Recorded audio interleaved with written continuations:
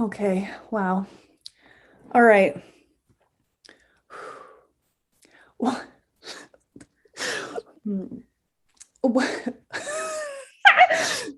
welcome to the flail episode. The first of many, Well, probably. I think what we're going to probably end up talking about a lot is what it feels like to close out a very long cycle. Ooh. And it feels like flailing. Oh, So I yeah. think you nailed it. You flailed it. You nailed it.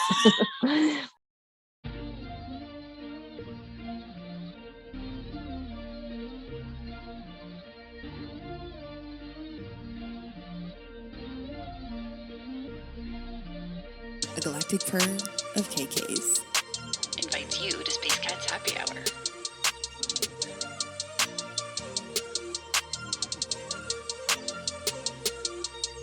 Let your mind relax. We meet in a dimension outside of time, where the playfully curious thrive. So go on, fill your tin cup chalice with the sacred elixir of creativity.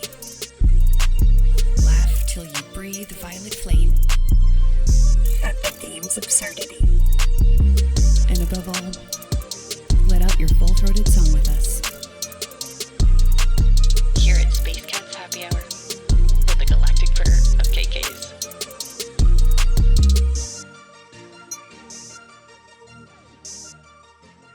Welcome to Space Cats Happy Hour, the podcast where two KK aliens in human meat suits talk about Ascension and the crazy ass weeks we've had. And all the shit that just comes to our brains. You're in for a real treat, guys, because we have been flailing a little bit. Flailing. At least American KK has been. And this is American KK talking. And I'm with my lovely, wonderful, fabulous co-host, Canadian KK. Hi, that was me meowing. No, it was my baby. She introduced herself right at the right time. Fistique could be our other galactic KK person, cat. I don't know. Fuck this shit. Oh, she's galactic, all right. Come sit on my lap and stop squawking. She's gonna join. Maybe she'll transmit some healing purrs. She's really good with the healing purrs into this episode. I'm all about that. Yeah, we are. This episode. We kind of came into this episode a little bit. We usually have at least an outline of what we're going to talk about, but we've both had a couple of weeks here. And in particular, this last week, we are recording on October 29th. So this past week has been a little bit much. And so we're just kind of winging it right now. And whatever we end up talking about is what we're supposed to talk about. So kind of bear with us as we get into whatever it is we're going to be talking about. A lot of energy stuff. We're going to talk about dreams, probably. I think we were kind of interested in talking about some of that stuff that we've both been having. And then we'll see how it goes from there. But yes, who gives a shit? Let's talk about dreams. Canadian KK, take it away.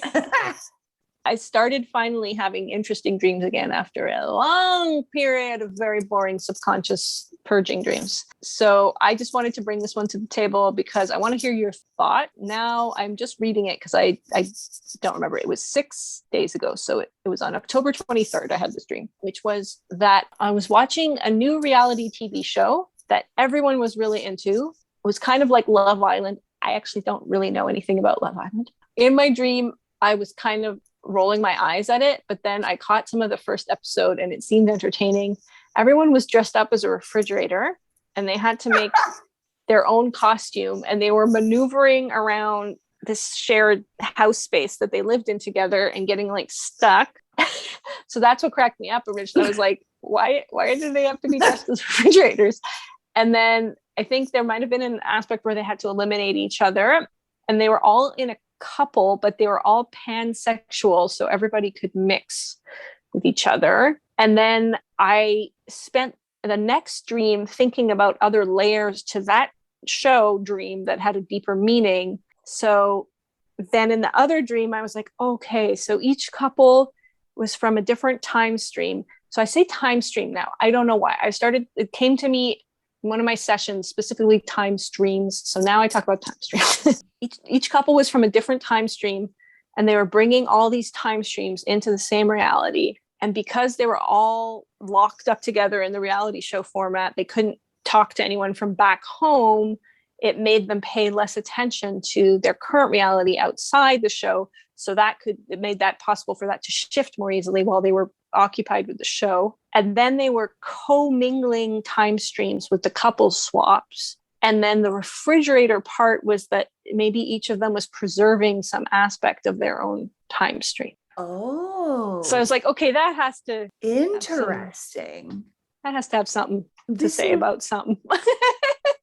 This is actually making me think of how I'm starting to sort of understand, or at least try to understand, what feels like this entire year of like, oh, we're about to get started. Oh, never mind. Oh, we're about to get shot out of the cannon. Oh, never mind. Like that whole thing. And to me, it feels like, how do I say this? It's like people are waking up, and I don't know how to, okay.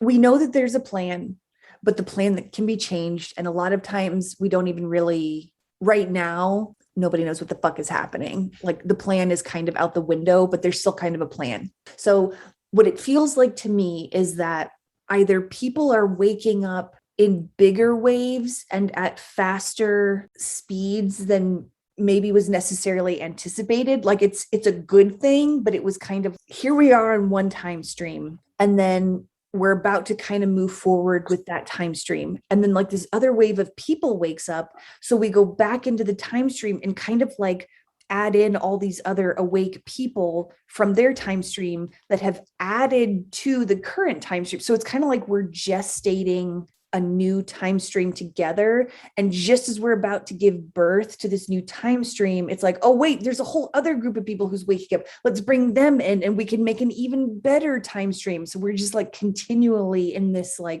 gestation process where it gets better and better and better, but it's like we're unraveling what could have been fine and we're making it better by like adding in braids of other higher time streams that are even better than what we were expecting. And I don't know why that dream is making me think that, because I think because you said time streams and like people were coming in from different time streams, and it's like we're coming in together into this Love Island room or whatever, and we're eliminating the shit that doesn't work from the time stream that we were about to birth, because like there's a bunch of other ideas from other time streams that have come online with these new wave of people that are coming online. So we're preserving what makes sense and what will actually be even better. I don't know, that was my initial thought, but I want to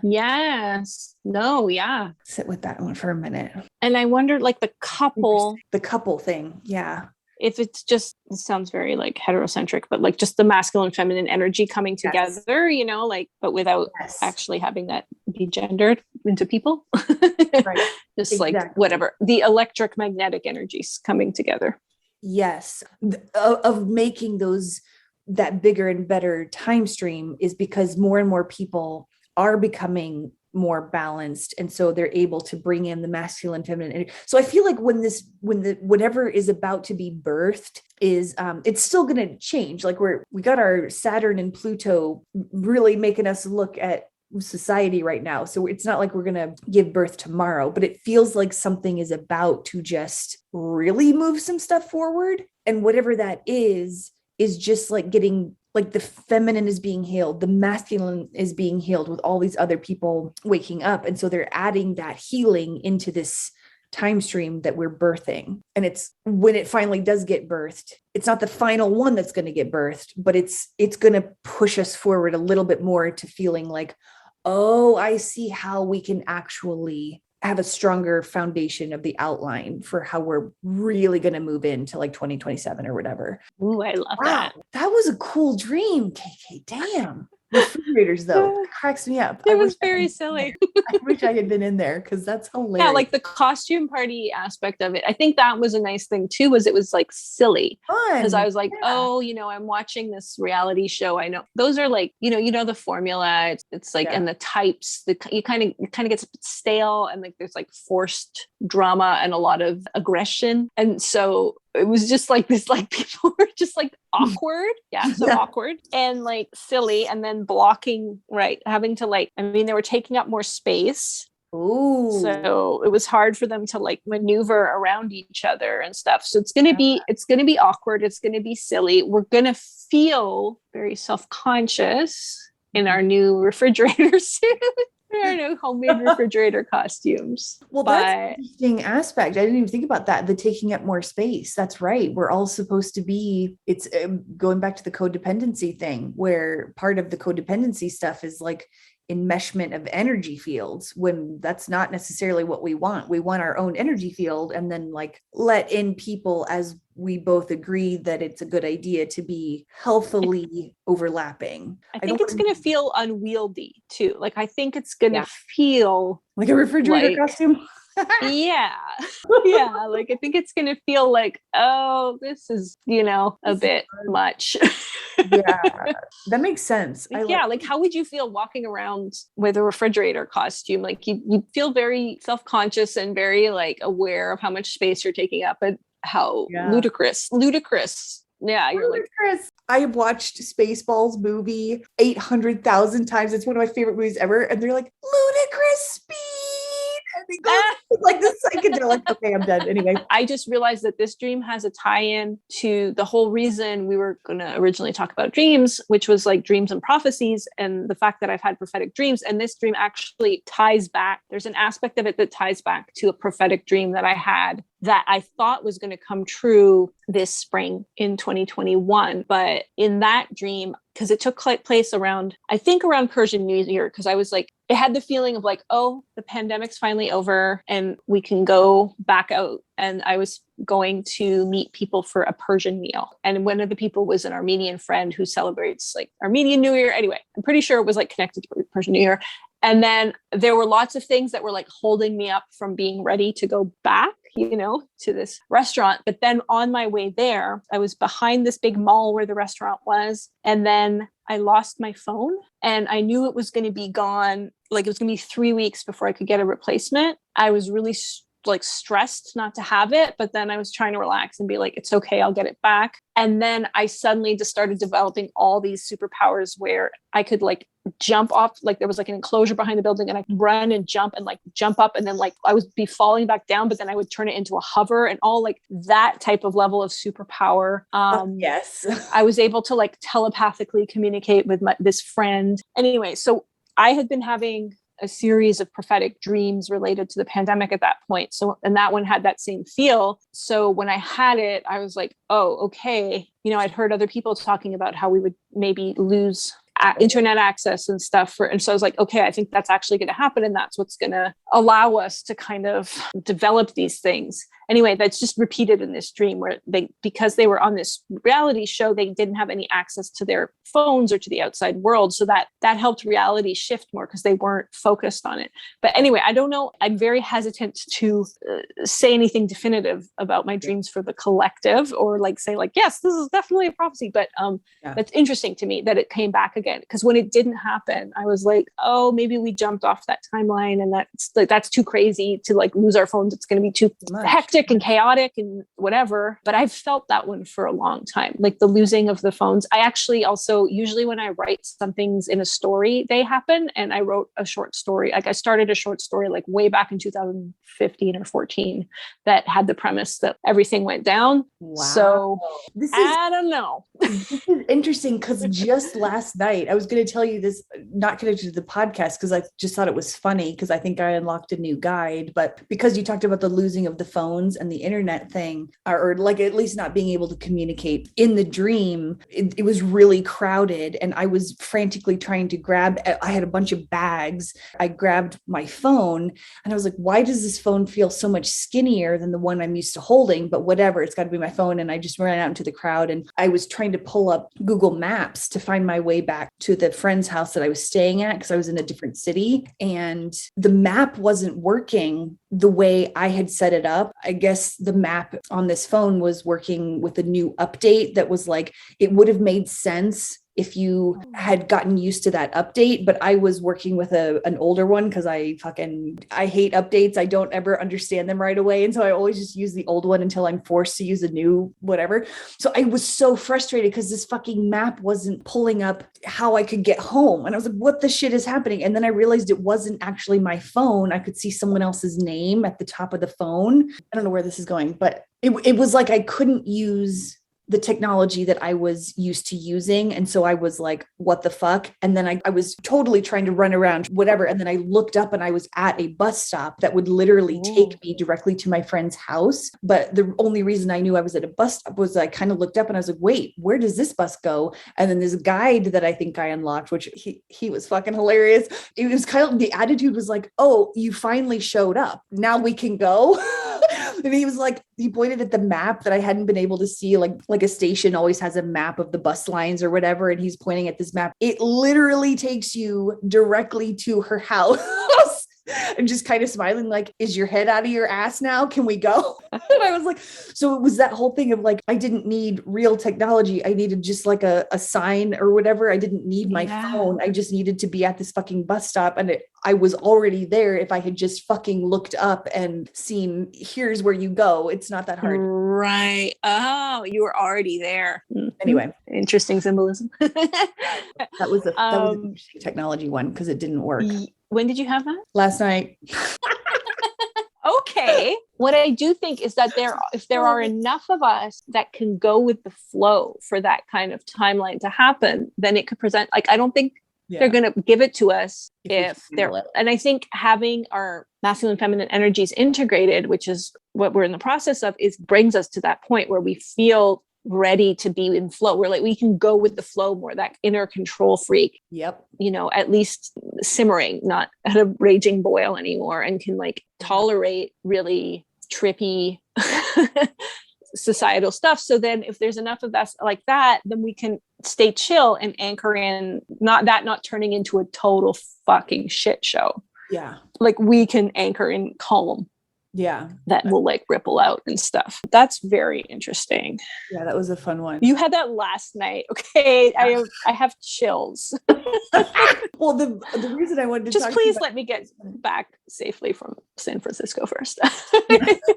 Yeah, it didn't. I don't want to have to be on a fucking epic quest across thousands of miles. Eventually the map, I was able to get it to work because I think because I'd let go of I think I was letting go of my freak out. So I was able to sort of calmly look at the phone because I was at this bus stop and my guide was like, is your head out of your ass? Can we go? And I was like, wait, I can look at my phone now and actually understand how it works so that I can see, oh, I'm only 4.5 miles away or whatever. So if it didn't go away completely, it might have been a lesson for me in like, get your head out of your ass. Okay, I just want to now read the part from that dream because I was just trying to remember it, but I just want to read it in case there's any more syncs between our dream. Skip to the part where I'm at the strip mall, okay. Square red brick enclosure. I was still trying to get through everything I needed to do before getting to the Persian restaurant. I had a bunch of paperwork or books and research. And then I was running around the enclosure, running and jumping, easily leaping 10 feet into the air onto little brick ledges jutting out and leaping from one side to the other, up and down again. I could feel every jump and pull. I could easily hoist myself up by my arms, the brick under my fingers. There was sometimes a big round button. One point, allowed myself to fall down. And then I was just falling. I felt myself slow the fall in the air. So I could either just keep going in reverse and jump up again or land safely. The feeling in my body was so amazing and empowering and vivid and real. I think this is alien school too. This is like what Jessa talks about with alien school. It's like, this is what you'll be able to do. I haven't had a lot of alien school encounters, but I'm just reading this. I'm like, oh, that's alien school. They're showing me what it feels like. Then I phoned my friend, or she was there. I was explaining to her excitedly. We were both excited about what this meant for us. And another friend, he had just had the same dream on the same day as me. Interesting. He was excited, also maybe confused or apprehensive. Then I realized I'd lost my phone and started panicking. There were shelves with lost and found on them, a surprising number of phones, but none of them were mine. They all seemed old and shitty too. That one just made me think, because you said your phone seemed different. And I was thinking I shouldn't touch them because in case of germs, right? The pandemic. I was terrified about losing my phone, where I'd left it, that I would never get it back. I was seeing myself order another one and it was going to take 3 weeks and I wouldn't be able to reach anyone. I had an image of having left it on the ground, or a lid, maybe a Tupperware lid. And I thought, oh, probably someone's taken it. I was frantically thinking about where it could be. And then at one point I was suddenly calm and knew I would found it, or that I had already found it. And there was a person chatting to me cheerily. It felt like a guide, but I didn't remember much about that connection to that, what they were saying the whole time. And once I knew I'd found my phone, I thought, oh, this is so silly of me to be so upset. If I can make myself levitate, I can bring my phone back to me. Wow. So many similarities to your dream. The panic you felt about not having your phone, I had the same panic last night. I was like, my phone is lost. I'm not going to find it. It's too crowded. It's gone forever. And there was stuff that I wanted to keep on my phone. I was like, there's things on my phone that I want to, a bunch of information. And I was like, I knew it wasn't a big deal because I could obviously transfer by getting a new phone, but it was still that some of it was stuff that probably wouldn't transfer and I'd have to just recreate it. So even though it wasn't a big deal, I was like, God, the effort that I could save by just going to find my phone, but I knew I didn't have time because someone else was chasing me because they wanted their phone back because I had their phone. That makes me remember the dream I had. I already kind of told you about it a couple of weeks ago, but I went through it really, really fast. It was about what I thought was a timeline repair of sorts, where there was a guy with a metal arm and he was in a crowded marketplace of like soccer moms or whatever. And everyone was staring at him. And he was like, fine, you want me to tell you about this arm? Let me just go through the story. And so he started telling the story, but when he started telling the story, it was flashback and I was logged into his body. So he was living out the story that he was telling, but it was in real time for me because I was living out his memory. And in that memory, he was trying to escape people who were going to give him this metal arm. And he was doing this crazy parkour shit where he was like, but it was me. I was in his body and we were climbing up walls and trees and like grabbing shit, jumping over buildings. And I could feel his surprise as my own surprise, but it was still his surprise. He was like, I don't remember doing this, being able to do this, like that kind of shit. And so it was like, as I was logged into his body doing this crazy gymnastic-y type parkour, so similar shit. Yeah. It was like, I think the timeline was repairing at that point. We'd escaped the people who were chasing him to give him this metal arm. And we went off somewhere else. And I woke up before the dream was over, but it was like, I knew that metal arm piece thing was not going to actually happen anymore because we downloaded the skill of parkour on the fly. Very interesting. Felt really good too. I was like, oh wow, I'm really good. That's exactly what I would have described what I was doing as parkour. It was like parkour stuff. What a fascinating, I want to do this in real life. Which also, by the way, is what I think those cuckoo banana bonkers Russian kids are doing, is anchoring in those superpowers. Those ones that post videos and they're like at the top of like 1,000-foot story building and they're just like sitting out on a ledge or whatever. Those are little spider kids doing total future stuff. I did not even put that together. That just Gandalf came in. Yep, that is the truth. I mean, it rings so true in my body.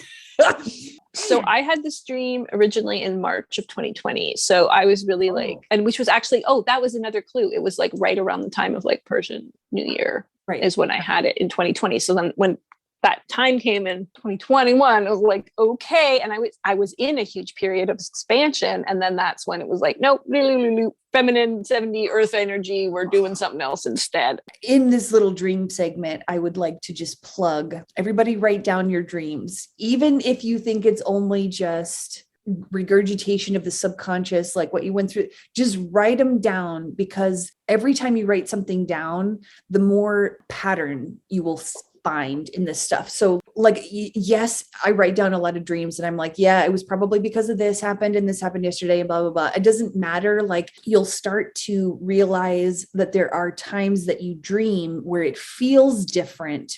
And it doesn't feel like that subconscious stuff. It'll feel like, wait, I feel like I'm in a video game right now. Or, oh, wait, it feels like I'm logged into someone else's body right now. You'll just get different feelings and you'll be able. So the more you write down, even if you think it's stupid and annoying, you'll find the patterns that will help you pay attention to, like, you might not be doing like prophecy shit or whatever, but you will be giving yourself a lot of very important information. So just plugging writing a dream journal or whatever, even on your phone or like voice memos or whatever the fuck, just write them down. Even if you really would rather go back to sleep, just try writing them down. I struggle with that because I really am like, but I'm so tired. I just want to go back to sleep. I don't want to write this down, but I do it anyway. And I'm glad I do. It's super helpful, and you'll exponentially increase your chance of like holding on to something really, really weird that would otherwise dissolve by the time you were trying to remember it. Exactly. Dreams are so fucking helpful. Oh my God. Alrighty then. Well, let's just see. Okay. So before we pushed record, we were talking about how we've had a really rough last week. It's been a rough 2 weeks, but in particular, this past week has been a little bit much. And so we were kind of talking about why and all the things, and we weren't sure we are going to include it in the recording, but then it's kind of like we started talking and we're like, why are we not recording? So let's record. I was in the middle of telling a story about how Tuesday and Wednesday of this week have been particularly rough for me. I had moments of really just not wanting to play this game anymore. And I ended up on Wednesday sitting through that energy of just wanting to check out. And I had the records open, the Akashic records. Last time we recorded, I know I said something about not being able to hear my Akashic records when I opened them the last time. And since that time, I realized I actually got a new keeper. So that's why I wasn't able to hear as I was used to hearing the records, because I had a different energy signature. So I've been sitting with the records open and with my new keeper and just kind of chilling, having the energy working on me. And then I was having this moment of not wanting to be playing the game anymore. And then I just kind of moved through it because it had been a big buildup. This whole past couple of weeks have been not very fun. And Tuesday and Wednesday were sort of the culmination of that. Like, it felt the heaviest. And so I just moved through it again. Still, somehow I just kind of moved through each moment as best I can. And it happened to feel Wednesday evening that I was able to move that heavy, dense energy out of my chest area, and it felt like I could breathe again. And I was like, oh, well, at least I feel better, because I totally had a few meltdowns and cried a bunch during the day. So that probably helped release some of these stuck energies. As I was sitting in the meditation with my mala, I heard, "You've done it. It's the last time, never again. The transmutation is done and you've leveled up." And then in my mind's eye, I got this image of it was like a light blue, like when you play a game and you beat the level. I think I was seeing a Clash of Clans symbol. Like, I think that's what that was, because I used to play it a lot, whatever. So it was that blue star looking kind of thing where it has the level that you just unlocked, and it was level 25, and 2 and 5 equals 7 if you're into numerology. So I'm in a personal 7 year, which is very seeking. It's a very internal year for me, and where you're uncovering, it's a lot of ego death and shit like that. So you're uncovering a lot of your own personal beliefs and like figuring out what doesn't actually work for you anymore. And that's been my year, and it's been a little bit fucking rough. So I figured it was, 2 and 5 is 7. And that's what they were telling me. Or maybe it was level 25 of, I don't know how many levels. I'm not sure, but I saw the level 25. And then Canadian KK was like, wait, what happened during your 25th year? And I was thinking back, I was working in a law firm in Chicago, and I love living in Chicago. So it was a shitty job, but we had a really cool group of people. We were all pretty young, doing these dumb jobs like out of college, and so we all had a lot of fun together, both at the office and outside of the office. We'd go dancing, and it was just a really good time of life, even though the work itself was shitty. And I loved living in Chicago, so it was great. And I think that was I think it was my first full year of living in Chicago. I think I'd moved there when I was 24. So that was my 25th year. And then Canadian KK was like, ooh, interesting parallel. We're not sure where it's going, but whatever. So then that's when we started hitting record, because we're like, we should probably just record what we have been talking about. So now I'm going to let Canadian KK talk about their 25th year and see what is going to tie in, and if it unlocks any other memories that I need to share. So, well, first off, while you were talking, my cat Festique just was like barfing in the background, which usually signals like a big purge is happening on multiple levels. It's very interesting. But no, she's okay. She's all right. And then like a siren went by. I was like, oh my God. But I was more thinking that the parallels weren't so much in the 25th year for me as what you were doing, which was you were working at a law firm. And I just find it interesting because we seem to have a lot of random parallels in our life, because my last officey real job was for a legal organization. It wasn't a law firm, but I was like worked with lawyers and law students. It was a nonprofit. Hey. And then the reason I was asking you about your 25th year was because for me, the cycle that I feel like I'm in the process of completing was I don't know if it's 17 was like the apex or nadir, more accurate to say of it, or that's when I started that cycle in this incarnation, in this lifetime. But for me, it's the 17th year, and 17 comes up as a number sync for me all the time. And in my 17th year, I was in a really big depression. And in Quebec, where I grew up, you graduate, you're like usually like 16, 17 when you graduate high school. And then we have this in-between thing called cégep that's 2 years, usually 2 years long. And then you go to university if that's your path. And so I didn't go straight into cégep. I just took a year off to spiral into deep depression. And during that year, I was trying to get my driver's license. And then I had a huge car accident where I was driving with my mom and lost the brakes in the winter, just flying down this hill, and the car flipped, and it was really, really bad. And I'm pretty sure there's a lot of different timelines where I'm pretty sure I died in a lot of timelines, or really bad stuff. And instead, the one I ended up with was we walked away completely unscathed, and everybody was like, whoa, what the fuck? But it really traumatized me and kind of put me into this cycle of not trusting myself. And I really blamed myself for the accident, even though nobody could figure out what had happened. It was just the brakes weren't working and there wasn't much, not much you can do. Yeah, it just really made me feel incompetent. And then a few months after that, I was walking up this mountain. And so Montreal is built around this mountain, which is not a huge mountain, but it is a mountain. And you can circle your way out around the perimeter very gradually to the top. But I was with two friends and we decided to just go straight up. And it was just a few months after the accident. So it was still very slick, cold, early spring Quebec weather. And we didn't have the right shoes or anything and so we were going up and I started to get really this huge terror, fear, panic. And then I ended up getting stuck at this, speaking of levels, at this level where both my friends were able to get, they had to go out on this branch. We were really close to the top of the mountain. So it was very high up, and they had to go out on this tree trunk. And then there was this huge boulder and it was covered with ice, but there was this one little part that had snow that you could get a toehold on, and they used that, and they both made it. And I just had a full on panic attack, and the snow got eroded. So it was just slick. And then my friend, Rebecca, was leaning over with her scarf. She's like, well, maybe we can pull you up. And then she fell 50 feet down a mountain. And I watched her body smash into rocks and tumble. Yeah. So my other friend and I, we were just screaming our heads up. She was also fine. She somehow turned it into this weird cartwheel. Anyway, this is timeline shit, right? Yep. But she was okay. In the end, I had to be rescued by these two men, which I found utterly humiliating. It's anyway, there's nothing I less in the life than being rescued. And I was also just, again, super traumatized, felt really guilty that that had happened to my friend. And like for, you know, for several moments was pretty sure that she was dead. Yeah. And then I just kind of like moved on from both those things in the time and didn't really address them or anything, but they just, you know, really stayed with me at a subconscious level. And so as I've been realizing that this year really represents a lot of things for me, and now this week, just finally figuring out some new things about it, what I realized this week was because one of my friends had a dream where this is a completely different friend who doesn't really know all the details of all of those incidents, but he basically was with me as I reenacted them all.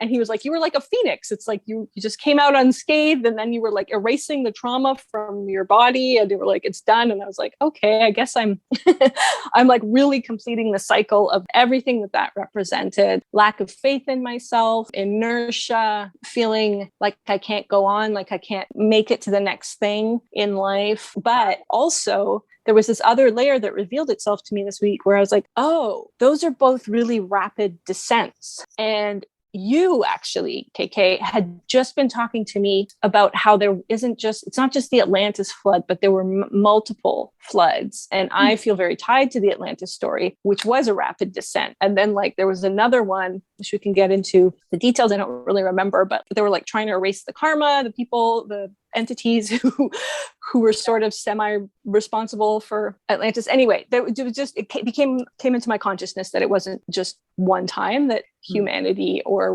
whatever human like species on the planet has experienced like a super traumatic cataclysm, rapid descension. Yeah. And I was like, oh, I think I was there for both. And I think I played some kind of role that I have a lot of guilt, trauma, whatever around, especially because the mountain one is because Atlantis, they were attempting something. They were attempting to make Earth part of the intergalactic community. So they were kind of attempting an ascension. And then they didn't, we like foolhardily just went straight up the mountain, weren't prepared, took shortcut. Yeah. and then cataclysm. And my friend Rebecca very much also just represents Lemuria to me, like mentally. So it really, all the guilt and stuff. So I was like, holy shit. That same Tuesday, Wednesday period was when I felt this lifting of this heaviness that's just been with me, that we've talked about the heaviness of this 7D feminine earth energy, and this heaviness that has just been like so relentless. And I just felt it lifting out of my body. And I actually felt like I was like, is somebody doing some energy? It just like, I felt something. And then I was just feeling great again, just like more upbeat than I had in such a long time. And that lasted a couple of days.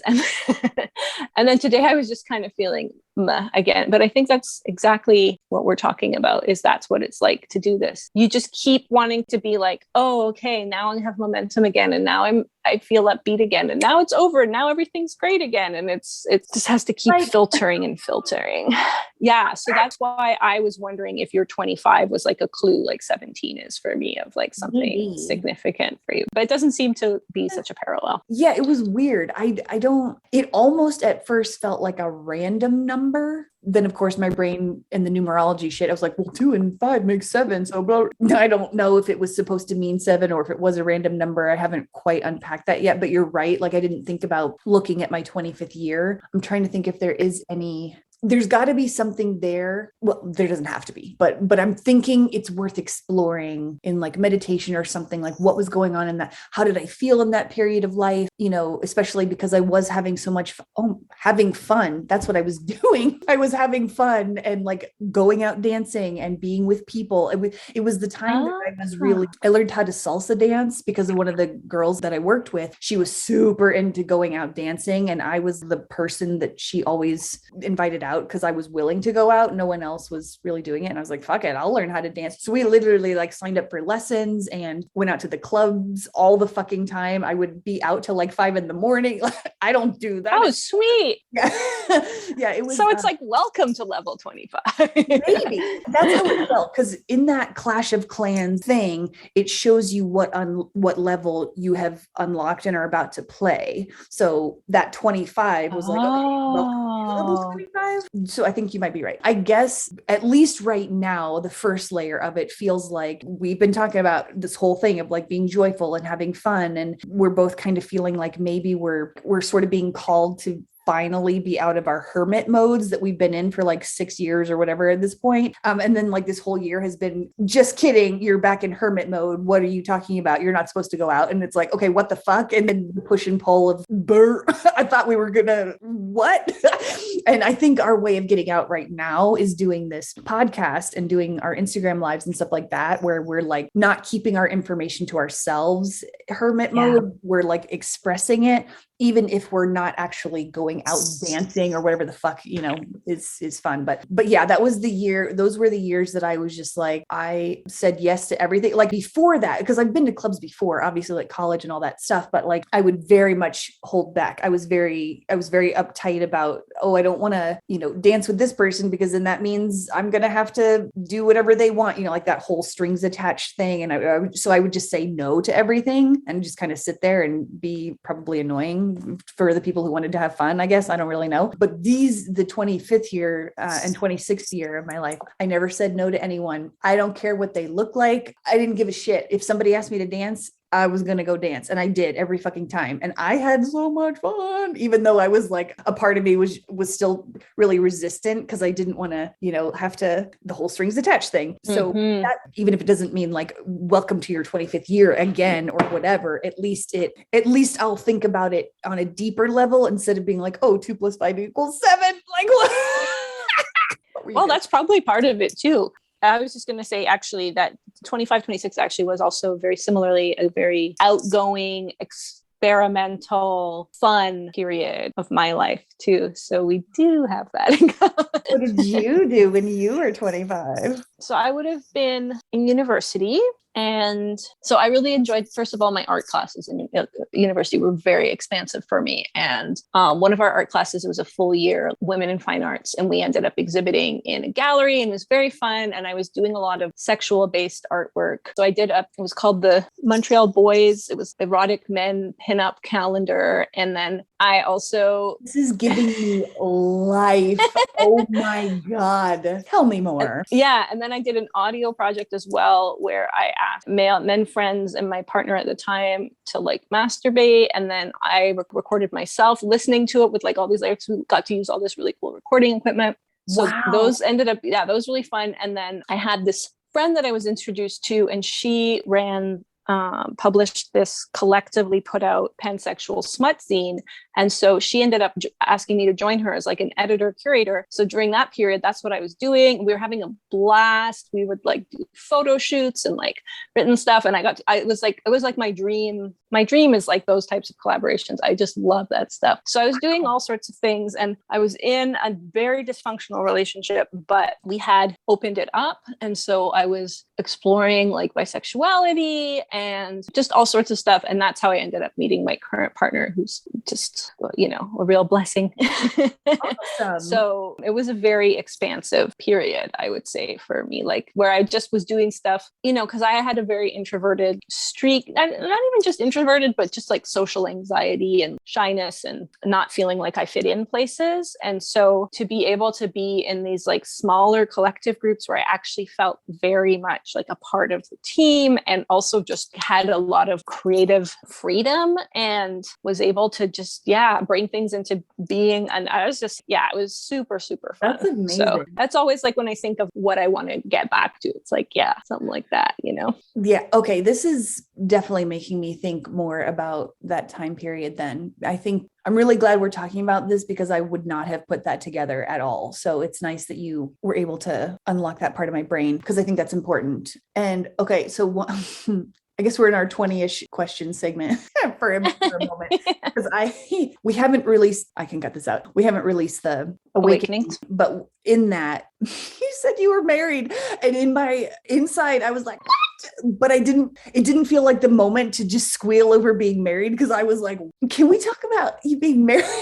I don't know why I thought you weren't married. I think maybe because when people use partner, or maybe because I have an idea of you as this person who is not in any type of box and you're just like, fuck it, I'll do whatever I want. And marriage just feels so very, not a bad thing, but it feels like a traditional kind of thing that I would not have expected you to do, and not in a bad way. And that's why I was squealing, because I was like, oh my God, we got to talk about this. Yeah, I mean, I don't know how much I have to say about being married.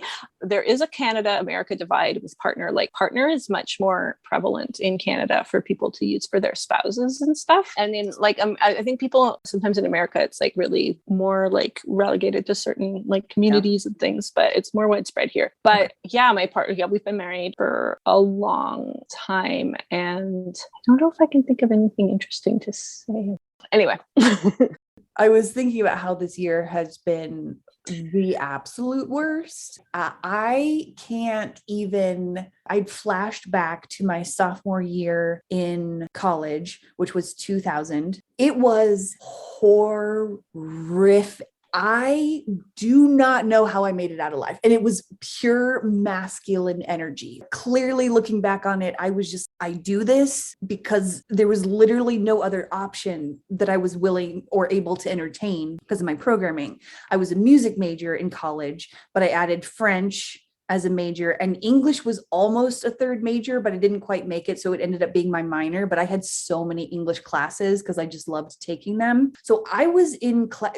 If you're a music major in America, it is, don't do it. Just don't do it.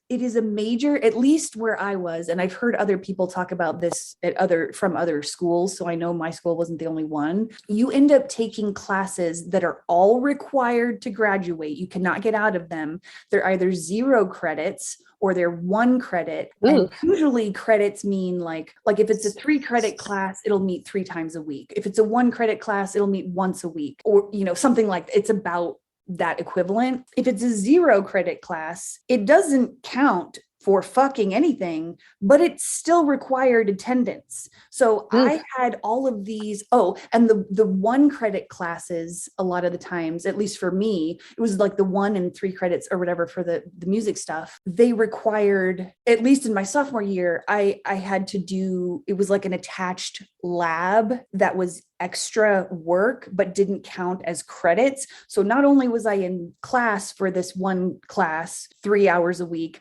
I also had to spend about an equivalent 24 hours in the course of a semester, which doesn't sound like a lot, but it actually took me more than 24 hours. It was supposed to only take 24 hours, but because I was so bad at it, it took me about 36. Anyway, so I'm literally in a full-time motherfucking job equivalent of like work that I'm doing just in class, and that doesn't include homework. And so I had friends, I had friends in my French classes or whatever, and they were like, how are you only starting homework at 4 p.m.? I would literally never get anything. I would not be able to survive the school if I couldn't do homework, at noon or, earlier in the day. And I was like, I freaked out because I was like, okay, I'm a bad person. I can't even start homework before 4 p.m. Like, I was never sleeping. And I didn't realize at the time, because I was so fucking traumatized and sleep deprived, that I couldn't start homework until 4 p.m. because I was literally in classes most of the day. And I was freaking out about like doing all these fucking labs and like stuff that I couldn't fucking do. So my sophomore year was, I think I maybe got 3 hours of sleep every night. It was not great. It was absolutely, I didn't even think about quitting or changing my major, or I didn't do anything. I was like, I have no choice but to keep going. So I just kept going. I don't know how I made it through. But anyway, so looking back on that it was a really bad motherfucking year. And it got better after that. Like my junior and senior years were like a lot less packed with those crazy things. We still had a lot of shit to do, but I was able to study abroad in France for a semester, and I really got a break, and I ended up having a really cool roommate situation. And obviously you're old enough to drink at that point in America. So I was like, woo, I actually ended up having some fun in those last 2 years, but my sophomore year, I was like, I might die, but never once registered that, I was numb. Anyway, it was a really long, boring fucking story about, I know you don't think it's boring, but anyway, there was a really long story to just be like, that up until now has been my bar for like, if it gets this bad, it's just, it cannot get as bad as it was my sophomore year, even though not every year has been peaches and roses, but like it has never felt like that sophomore year. This motherfucking year has felt like a mountain worth. But in a different way, and also in a better way, because even though I am really looking forward to not having to do a year like this over again, because I don't think it's ever going to be this bad, at least for us, like we're really in a bridge part of existence right now. And I just don't think it's always been this bad. It has been also extremely rewarding because every time I get flattened and think I can't go on, I get these amazing insights about like the meaning of life, and I see infinity, and I get to meet Canadian KK and do a fucking podcast and learn things about myself that I was like, oh my God, I'm fucking awesome. I have never thought I was awesome. Like I've had moments of being like, oh yeah, I'm pretty good. You know, I think I am fucking awesome. It's been a real shit year, but in a way that has made me feel like I'm turning into the diamond I was always supposed to be. So it's kind of like I'm chipping. It was a rough year because chipping away crusted on gunk that's been there for 40 years isn't painless, but it's worth it. Does that make sense? Yeah. Yes. I don't really know where I was going with that, other than the fact that these past 2 weeks, and in particular this past week, it was like 2 weeks ago was kind of, oh boy. And then this past week was like, oh fuck. And it's kind of felt like this past week has been sort of a microcosm of this year for me, which it just felt like another boss battle, but in a very graduation type way. I just pulled a card before we did this podcast, and one of the cards was graduation. And that's how it felt, like the unlock level 25, oh, you've transmuted this for the final time, or what it felt like a boss battle that we still have shit to do, but I just feel like this was a major shifting point for both of us this week, where it was real fucking bad and we moved through it and we transmuted it, and now we're lighter. And even if we're still feeling kind of crappy, because again, I don't feel like going out and running a marathon or going dancing or smiling at anyone other than Canadian KK right now. But I don't feel like perfect, but I definitely feel like shit has been chipped away and more of the shine is coming through, and it just feels better. And I don't know what's coming. Like I don't have a sense of energy that might be coming in that makes it easier or is hard again, or what. I don't see future right now. I just know that in this moment, I feel a relief that is like, okay, cool. A big chunk is gone. Now you need to just rest and take care of your tender, beat up body and soul while the next thing kind of comes in. So I was going to say, I always keep thinking this throughout this year back to how Jessa Reed, she described it in 2020. She was like, 2021 is going to be like a tall drink of water. And I kept being like, what, and now I'm like, oh, it's because she was in this energy in 2020 with her Lyme and stuff, and I can't even imagine that level.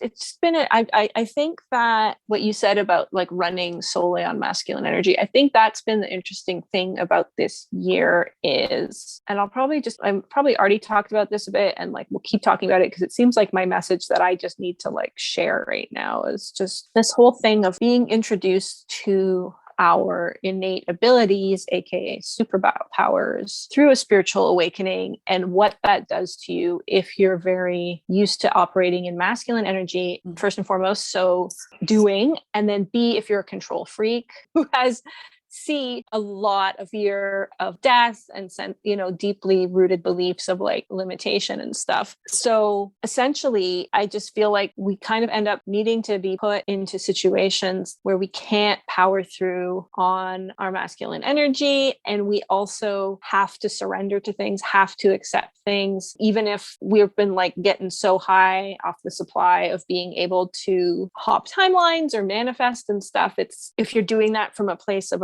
aversion to the reality you're in, then it makes sense that it's like, no, you're going to end up being put, or like ultimately you're putting yourself into situations where you have to like face things and accept things so that you stop assigning so much value to experiences. And that feels like a real process. And I wouldn't say that I feel like I'm done with that by any stretch, but Me either. This year has sure like walloped me with a lot of that in a big way. My partner's just been dealing with this chronic pain thing. And I didn't even want to talk about it as a chronic pain issue for a long time, because I just kept thinking of it as this shoulder thing that was just going to get better, and just kept lingering and then getting worse. And then, oh, it's a bit better. And like, finally, yeah, like this past few months has been me just being like, oh shit, this is like a chronic pain issue. And like, and he's not like a spiritual person, so he's not particularly open to other like modalities beyond conventional medicine too. So in that respect, we're limited in our options as well, so it's just brought up a whole bunch of fear of like change, loss, and death for me, because whenever it's my partner, I go to the absolute worst. As you know, you heard me say that story about his spine. Like, we've played out this cycle so many times with mystery things with him, and it just seems to be like a real karmic pattern where I just go into total abject terror at whatever's happening with him, because I feel so powerless and helpless. So we've done it a lot, and this one was just this slow grind. And I was so caught up also with, before finally, it makes sense that I finally was hit me in August, September, because up until then I'd been distracting myself by being extremely enmeshed in all of my friends' lives to a very unhealthy point and having no boundaries. And then as soon as I was like, oh, I'm being super codependent with like all of my friends, I need to have some boundaries. And I started to put up boundaries. It was like, okay, so here's the stuff in your life that you haven't been paying attention to, because you were, putting your attention on all the other pies in the world. That's a really good point, because I think that's what I was also kind of going with. I was trying to get there and I never did. So thanks for bringing it back around with that this year has felt so crazy. And in particular, this past, I think, lunation cycle in general, but like it's a little bit longer, but this lunation cycle has been a doozy. And I think it's the nodes. The nodes, explain the nodes. Like, the fucking lunar nodes being in Gemini and Sagittarius, which they've been in those two signs. So the south node is in Sagittarius, the north node is in Gemini, and we'll get into that in a minute. But like, so those nodes have been in those signs since May of 2020, and then motherfucking Chiron in Aries with the whole wounded healer making us deal with our codependency issues. Chiron has been in Aries since 2019, I think February of 2019. So that combination, especially, yes, Chiron has been in an Aries since 2019, but when the nodes moved into Gemini and Sagittarius and like all the other fucking planetary placements or whatever, but those in particular have felt like very much like we're revisiting our insecurities around feeling secure. So what we do for a living, how we make money, where are we in a safe home? How do we take care of ourselves? That kind of shit, which has been up in the air with COVID because everyone's fucking losing their jobs. And, it's been a serious fucking thing. So even if you still have a job, also none of us want to make money doing the old masculine way where we're like 9 to 5 or, 8 hours on a concrete floor as a retail employee, or like none of us want to do this shit anymore. So we're all like, okay, we have these jobs and we're still like kind of surviving, but it's not really surviving because we want to die. Like it's hard and we don't like this society. So again, with the planetary placements, I won't get into all of them, but we're literally reevaluating how we're operating as a society, in addition to our own codependency issues, in addition to our own wounding around karmic cycle shit, where we have given away our power and we're all trying to like figure out what is true for us. And we're used to looking outside of ourselves for those answers. And now we're being not forced, but invited sounds a little too pleasant. You know what I mean? Like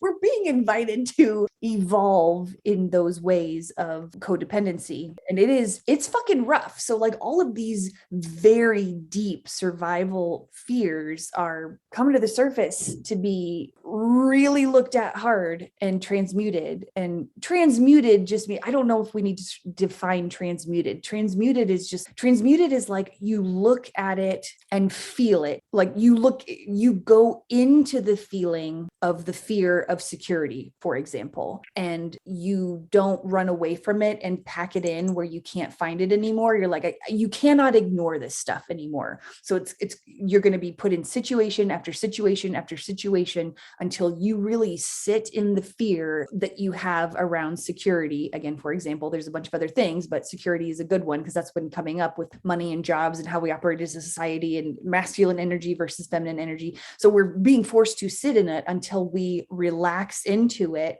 And we're like, okay, what is the worst that could fucking happen? Play the tape through and just, okay, surrender. And then once you've done that, that is the transmutation. It's like taking the darkness that you want to hide from and going into it until the darkness isn't scary anymore and it becomes light. And that's it. I made that sound easy and kind of flippant. It's not like a one and done kind of thing because we're healing these wounds in a spiral. So we're going to keep coming back around to it and we're going to keep revisiting the same issues until it has all been transmuted. So we've been transmuting layers of all this stuff. And then again, when we unlock the boss battles, we just get a little bit deeper into those same issues from a different angle. And then we just have to transmute all of it into light before we can build a new society that's actually functional for and supportive of all people instead of just a few. I have no idea if that even made any sense. Totally did. Anyway, so that's why this week has been this whole year. But yeah, this week felt like a boss fucking battle. I'm so fucking tired, KK. I know. And I think that tiredness scares me. It's hard for me to relax into the tiredness after these things and just think that it's okay for me to be tired because yes, I do have a lot of personal baggage around like things turning into inertia or becoming very hard to get myself out of, or just tiredness turning into just depression. Yep. And so, yeah, reminding myself that it's okay to be tired when you're doing nothing, but and also it's a pandemic. I very rarely allow myself to experience what it's like to be in the pandemic and to really like, oh yeah, and that on top of everything. Yeah. Yeah. And so, which is silly. It's not silly. This is part of the transmutation. And I'm glad that you brought up the tiredness thing because I knew there was something else I wanted to say about that, but I love that you keep reminding us about this tiredness because I keep zooming past it because I'm like, oh, it's fine. No, I need to fucking sit in it because I keep saying it's okay to have a bad day. But these bad days, quote unquote, like when you feel like you cannot get off the fucking couch and all you've done is sleep and you're like, why the fuck am I still tired? And you feel worthless because you're supposed to be productive. And it's maybe, yeah, okay to have one bad day or maybe a couple, but you're expected to get over that and be productive again. You can't just sit there for weeks on end. So this huge wave of exhaustion is making us all panic because that security issue keeps coming back up. We're like, well, we can't rest all the time because we have to fucking take care of ourselves. And it's like, no, you got to rest. And all of us are panicking because we have never operated like that. And so what do you do? Which again, such a fundamental component of the feminine energy is the feeling of exhaustion and needing to rest so much. It's like, do less. And I think hearing Jessa talk about it, I kept putting it, I was like, well, she has Lyme. So of course she needs to rest all the time. Like she literally has Lyme. I'm here to tell you, if you are completely healthy and you need to rest all the time and you don't know how that's going to work or whatever, well, I'm just telling you that it's okay that you need to rest all the time. That's exactly what the energies are forcing on us and supporting and making every other avenue impossible. So try not to beat yourself up about it. Right? Yeah. We're just not used to being able to operate in that energy. And that's partly why it's so hard because we have never lived, our society does not operate on that energy. It operates on the pushing masculine, which it has for thousands and thousands of years. And so we're moving into an age where it's a balanced, it's not going to be just feminine where you're only resting, but it's going to be that balanced energy where you do a lot of resting. And then when you feel that energy to create or whatever, then you ride that wave, but it's not going to feel like it does now, where you can only have a couple bad days of resting and then you better get back up and be productive again. It's going to be like, maybe you really like when Mercury goes into retrograde, it goes into retrograde like 3 times a year. And so we're supposed to review and rest and, blah, blah, blah. So maybe the society, I don't know what it's going to look like, but it will accommodate us needing to maybe rest for 3 months, or maybe only have a couple of productive days in those 3 months and then not be productive. That's what I mean by the supportive. I'm seizing up in fear at that. Oh. I'm like, how will I? Yeah. You just realize the extent to which you depend on feelings of productiveness for your like well-being, which isn't bad either, but just to be like so scared. Survival fear. Yeah, that's what's coming up. Yeah, or just even like not knowing how to enjoy yourself. It's like not knowing how to be present in the moment unless you're like working on something. Yeah. That. and that I'm really glad we get to be able to talk about this stuff. I spend a couple weeks feeling panicky, and then we record a podcast episode and I'm like, oh right, I need to fucking relax. It's supposed to be like this. This is the energy coming online and all the, I need to just remind myself that it's okay. We are okay, but it's really hard when you don't feel okay. Don't gaslight yourself into thinking you're okay if you're not. It's just a lot, like intellectually, I understand that we're okay, but I don't feel it all the time in my body. I can on the days when I'm not expected to be productive, like the weekends or, whatever, but it is hard getting through the week because I'm expected to be productive. And I'm like, I can't, I don't know what to do. I've also was just doing a review of all, I was like, because I tend to have pretty good vacation luck. And even though in the past decade, I was like really depriving myself of any actual trips or vacations, when I went on them, they were really great. But even on vacation, I'll find something to get really disturbed internally by. That doesn't even necessarily have to do anything with the vacation itself. And that had never hit me in that way before. And I was like, man, I really don't feel at ease when everything's just going well. It just hit me in a deeper way, because I was like, well, at least, on vacation, you're pretty good. Like you're able to relax and you're able to be in the moment. And I was like, wait a second. And you always this one thing. Yeah. Anyway, Totally. like how to let go of that.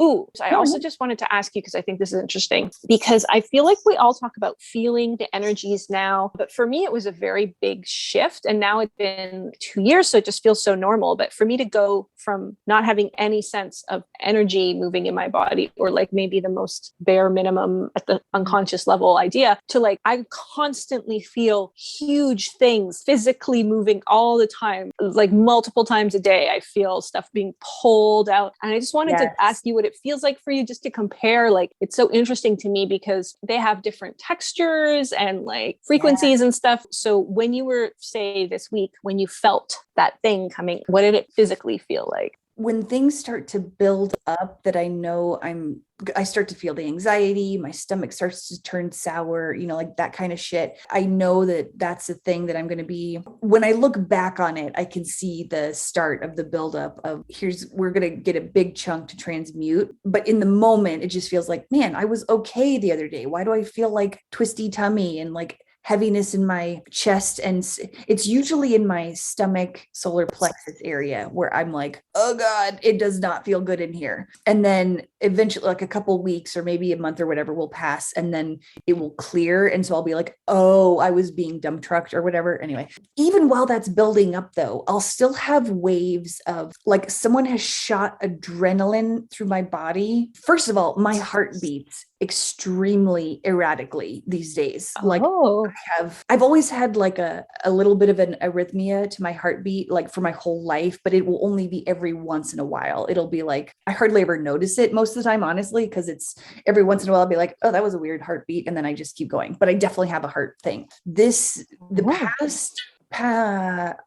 year, but in particular, the past few months, it is all the fucking time. And it's not every day necessarily, but it definitely happens multiple times a week. And I think it might be tied to the Schumann resonance and solar flares and shit, but I haven't really figured out when that happens yet, because it sometimes happens even when there's no solar flares. So I don't fucking know, but it will keep me awake at night. Like I will feel this lightness in me where it's like, something's been flushed out. It's like somebody has like whooshed up and my whole body feels awake, and I will be like, oh my God, I need to run a marathon, but I'm still fucking tired.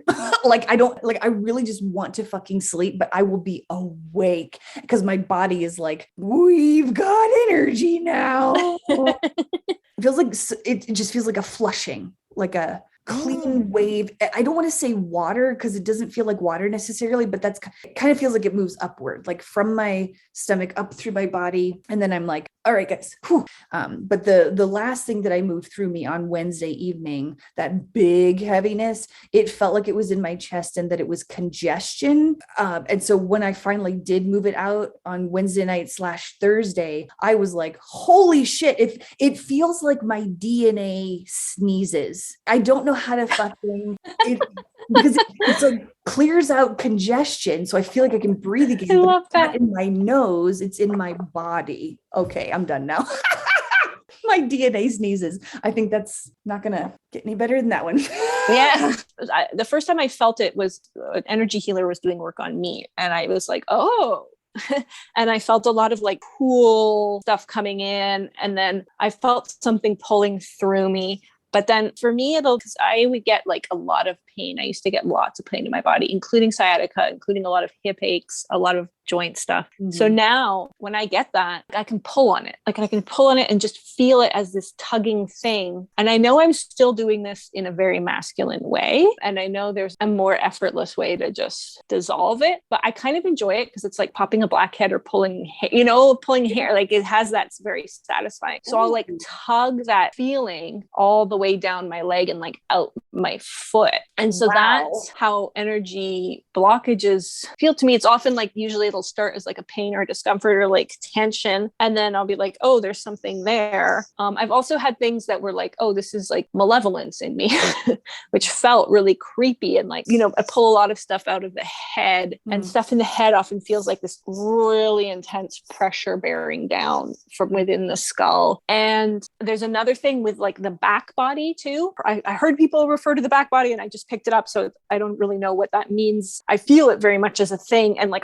we seem to do a lot of work in there in the back body. Like a lot of stuff passes through there and gets congested there. So whenever I actually feel into that, I almost see things like this kind of rectangular grid. I think that's as close as I get to seeing things on a grid level. I'm usually more fluidy than that. And then I like actually feel like chunks of stuff trying to move up, usually up through the body. And then they get stuck and then you have to like help them clear. And I'll feel them very much in the spinal it's like, and then it'll like be like moving up.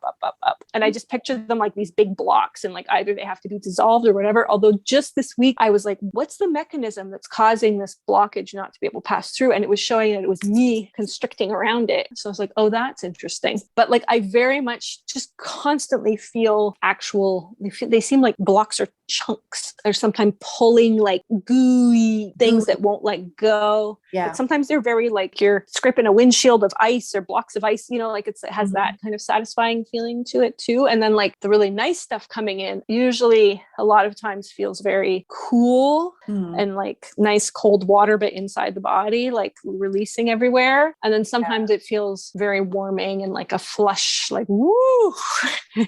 That's a lot of how it feels for me too. And especially these past couple months, I've been feeling a lot of purging in my kidneys and ovary area. I know we probably talked about this before, but it's been happening for so long that I'm like, might as well bring it up again. And I can tell that it's purging because it feels achy, but in a healing way. Like it's releasing infection, and the infection it's weird because like the achy part has a warmth to it, but at the same time, the purging itself has that cooling sensation. So and I think this shoulder, neck, whole right side of my body shit that I've been having this entire year, now that I've been doing a lot of this energy work in the past few months, it's not there anymore. I mean, I still have a little bit here and there, but I'm like, it's energetic. Fuck out. Yeah. There was a period in 2019 and 2020 when I was at the beginning and I had a really high flying beginning for a while because I'd had so much pain in my body for so many years and it was just all gone. Like my body was, because I spent so much time at the computer writing, like I would have all those things associated with that and it was just gone. Like my body just felt light all the time. And then this year it's been like, oh, it's back. I can clear it out, but then it'll kind of almost immediately It's like, nope, more densities coming in again. So I love that you can do it yourself. I haven't quite gotten to the part where I can see it / feel it and then pull it out. The closest I get is like just sitting in the records. I'll leave the records open for days at a time, just sleeping with them open, just do not close them. I just keep them open. And that energy is able to pull out some of the sourness and the, like in my stomach / solar plexus area, it feels kind of like you've crumpled up a piece of paper and then tried to flatten the paper. And so the paper still has wrinkles and like weirdness. And so it's like that pain of, okay, it's flat now, but there's still the wrinkles to sort of smooth out. And that is that ache. And so when I have the records open, it helps sort of take the edge off of it helps smooth it out in a way that feels less sour and crumply. So interesting. But that's I think everybody has their own method too. Like, I think mine is very like a person tweezing out. Like, I don't think that's like everybody is that's gonna be the ideal method for them. I enjoy it. I am interested and looking forward to see more effortless, because I'll like right now I like have to go lie down for like 40 minutes to pull some shit out of my body. You know, I don't necessarily want to be doing that for the rest of my incarnation, but it's like, it's cool. It's cool for the time being. Yeah. I definitely am looking forward to being able to heal or do those removals at some point, like whatever skill I can unlock to do that for myself. And that's what other healers are for. That's why we all get services from each other, because we all have different skills and we can all pull out different things in different ways and clear out stuff that we didn't even know was there. And it's not like I want to be completely autonomous, because it's really fun to work with other people. But at the same time, it'd be pretty cool to sort of, as a maintenance kind of thing for myself, feel like if I'm feeling the pain, which I know is a blockage, let me just figure out how to get that out. Because I'm just excited to unlock whatever that skill is, because it'll come. Yours is cool. I love the way you do stuff. And having worked with you, I'm like, I think ever since I've been working with you, actually, that the individual healing portal session and then the group, Lemuria and Takas, both of those really accelerated the purge in the kidneys and ovaries for me. And it's just been, it just keeps going for however many months this has been. And it's awesome. Like, I've never had a healing session where like the kidneys and ovaries are purging. And I'm like, this feels very important. Like, it really needed to happen, because a lot has been stuck in there. Yeah, our poor little, especially our poor tiny little ovaries hold so much. As much as this has been, like, it's felt like a lot. I've never regretted a single minute of it, because I'm like, oh, thank fuck it's actually getting out of here, because I had no idea. I know, I'm always the integration process is happening. Sorry. Okay, so you can't bring up having seen Infinity twice and then not describe it. So as our last thing on the episode, you gotta, you're such a tease. Right. Let's see. I'm going to just start talking and then you tell me what makes sense. Okay. All right. So I was lying in bed. Was I watching TV? I don't fucking know, but I was trying to just come down from the evening, and I was clearly integrating after this healing session. My mind was wandering, because my mind just fucking does. And then I heard the microcosm is in the macrocosm, but like echoing, like it just kept repeating, and not in an annoying way. It just was like, the microcosm is in the macrocosm. The microcosm is in the back.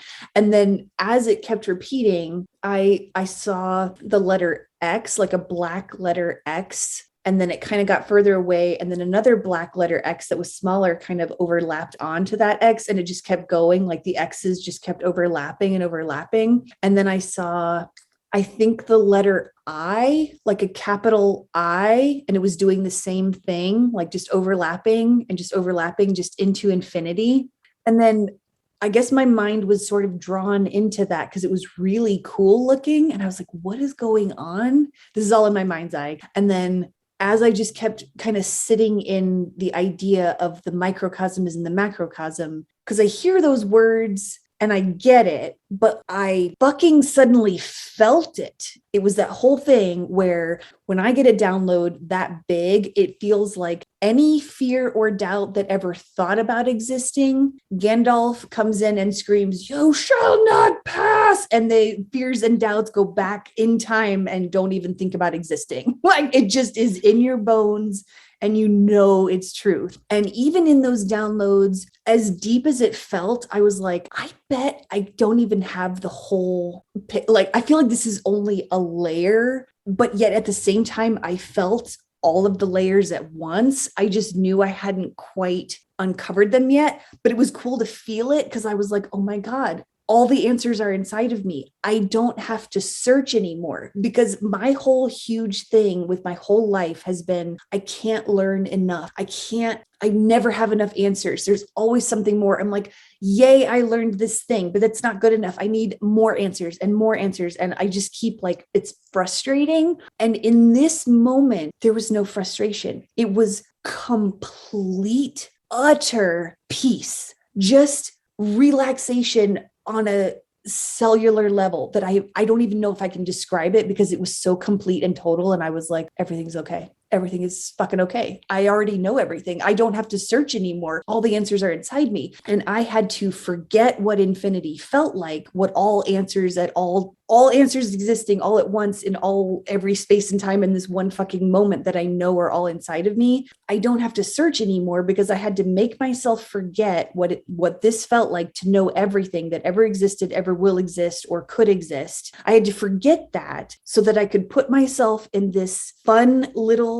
meat suit, in this fun sliver of a human existence, where I could play out a mystery game that I could uncover what I already knew, but it felt like I was learning it for the first time. Infinity felt like the memory of doing something, but also doing it for the first time, all at the same time. And I just sat there with this beautiful feeling in my body. And as I was sitting there in this beautiful feeling, I heard the first sound in the universe that ever existed. And it was the exhale of this delighted laughter, just the most purest, joyful laughter. And that was the first sound in the universe. And that's what started creation. And creation is love, because I'm not sure I'm going to be able to make this make sense, but I knew that creation was love because we've seen timelines like the Zeta timeline, where they had to clone themselves because they lost fertility, because they disconnected from their emotional body, and love is an emotion. So that was a dead timeline. When you don't have emotions and you don't have love, it's dead. So love is creation, and love always wins. So in our human battles of does good or evil always win,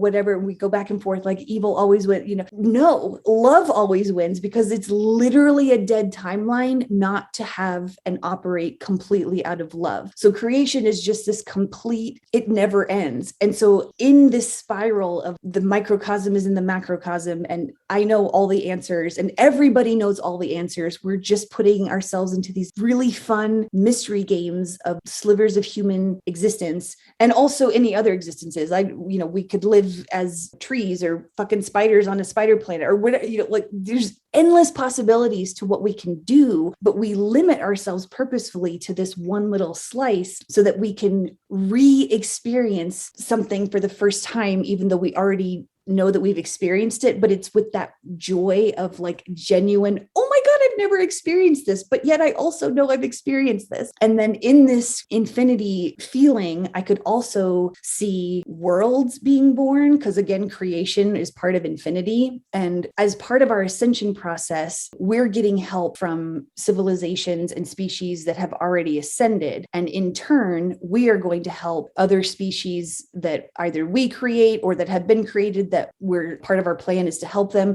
But basically, it's just like this continuous chain. Like we're getting help from more ascended beings. And when we are ascended enough, we're going to be helping lesser ascended beings, and not in a hierarchy or like judgmental way. Just it's all a journey, and we're all choosing to do this journey. And so all I could see was, it was like a ginormous spiral of just worlds being born and worlds being born and worlds being born. And it just never fucking ended. And sometimes the spiral was just pure white, bright light. And sometimes the spiral was rainbow colored and like colors I couldn't even describe. describe. And it was just existing in this, it was in a black nothingness, but not in like a bad way. It was like, it's kind of like the void, where the void does not end. So creation doesn't end, and you can just keep creating and creating and creating. And it literally never ends. And the entire point of it is to just laugh and love and have fun. And yes, experience the pain and all the other things, because you can't have one without the other, but it's not a bad thing to have the pain. It's just, it makes the joy even more fun anyway. That was my experience of Infinity. And it gave me